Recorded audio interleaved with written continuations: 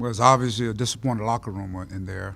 Our guys, they spilled their guts and heart on that floor, and was trying to find a way to win. And just still the little things that we got to do to finish off a game against a very talented LSU team. Give them credit. I think, the Nas Reed kid, I mean, I'm sure it's his best game as well as the Taylor kid.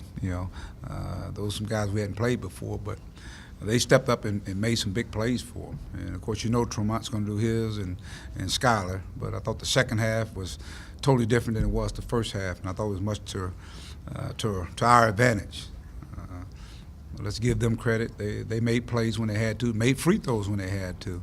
But it wasn't because of a lack of effort. I was disappointed in the outcome of the game, but I was not discouraged because of the effort. I thought we got better against a much better team. That's probably one of our better half, that second half. Got it in overtime, and we've had some overtime games. We lost one to Texas, I think, and we won one or something like that. But we talk about the game's going to come down to the little things, and it came down to the little things again. And I think the little things are execution, offensively and defensively. But again, let's give LSU a lot of credit. They made some big plays. Mike, it's the second time you had a double-digit deficit at home, came back and couldn't quite close it out. How disappointing is that? Well, again, right there before the half, they hit a big shot right there before the half.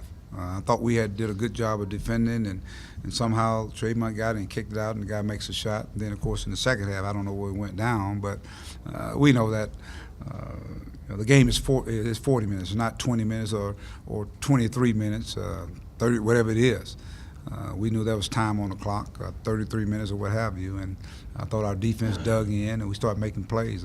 We kind of got after them, created some turnovers, got stops. I think we got stops. I thought early on in the game it was like going back and forth, and they scored a little bit more than we did, and so. But we were able to have a much better second half, I thought. They got some key offensive rebounds on us, and of course, those are the little things I talked about. There were some opportunities for us to execute. I think it was tied up 77. I think we ended up having a turnover. We had a chance to get a lead and had the crowd into it. I thought that was some momentum time.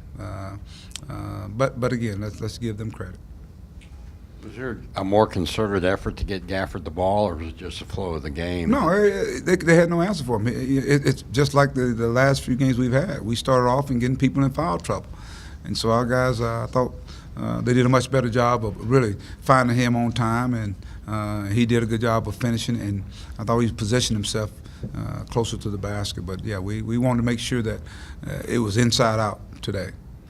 Reed a surprise with the three-pointers, or is that something? Well, we knew he was capable of shooting it, but not 4 for 4. I mean, he was making some. And then like I said, our defense broke down. In the first half we saw that. And then, of course, he's involved in some screen and pop. He's a screen and pop guy. And the execution we talked about is we got to be able to switch and be with them on that. And so therefore, we didn't execute that part of it. We did it a couple of times, and then at the most crucial moment, we didn't do it, and he made us pay for it.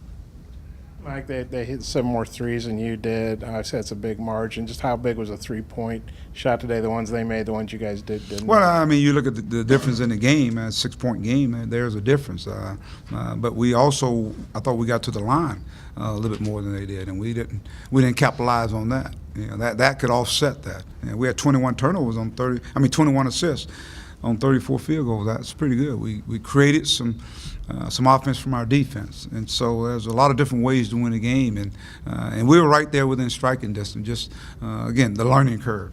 We talk about the little bumps. There's another little bump that took place here, but I think we learned from the last bump, and I thought we got better. I really, really did. I thought we competed against one of the better teams we played this year.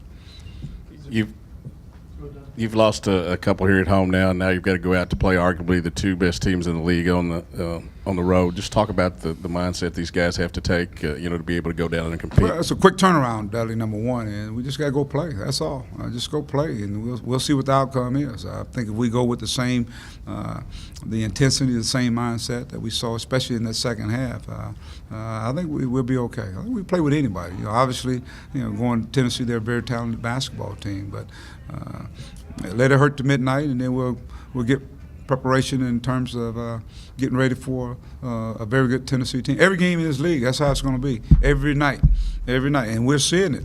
It's a possession here, a possession there. I think somebody lost on a buzzer beater today, and so it's our league is really, really good from top to bottom. I mean, people may think it's top heavy, but it's not. And so the schedule continues, and we just got to continue to try to get better. That's it.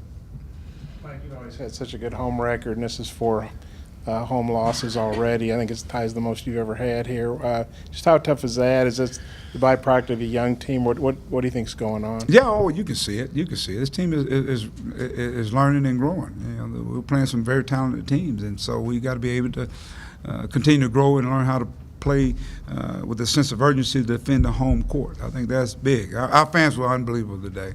Congratulations to Sidney. I said the other day as they celebrate, him going into the Hall of Fame. But at the same time, our fans, they were great today, and our guys responded. I thought our guys responded in a positive way. No, I don't like losing. I don't like losing, period. Now, home, away, it don't matter. I don't. And so we've got me and my staff and our players, we'll find a way. We're going to find a way. We always do. Our teams, again, will continue to get better. It's just like I said in December, it'll be different in January. Well, I think in February you'll see a different team, and we'll learn. These will be learning lessons for us. I gotta make it a 2 for then. Reggie obviously had a good bounce back game like you anticipated, and then Isaiah's struggled the last couple games. What do you think's going on there? He's learning. He's being guarded. I mean, that's it. And strength is a factor, and so therefore our bench has got to step up and play. And I thought our bench played well. I thought Reggie came in and he got the minutes, and I thought he was able to go out and be productive in those minutes. I mean, he was active out there, blocking shots, rebounding.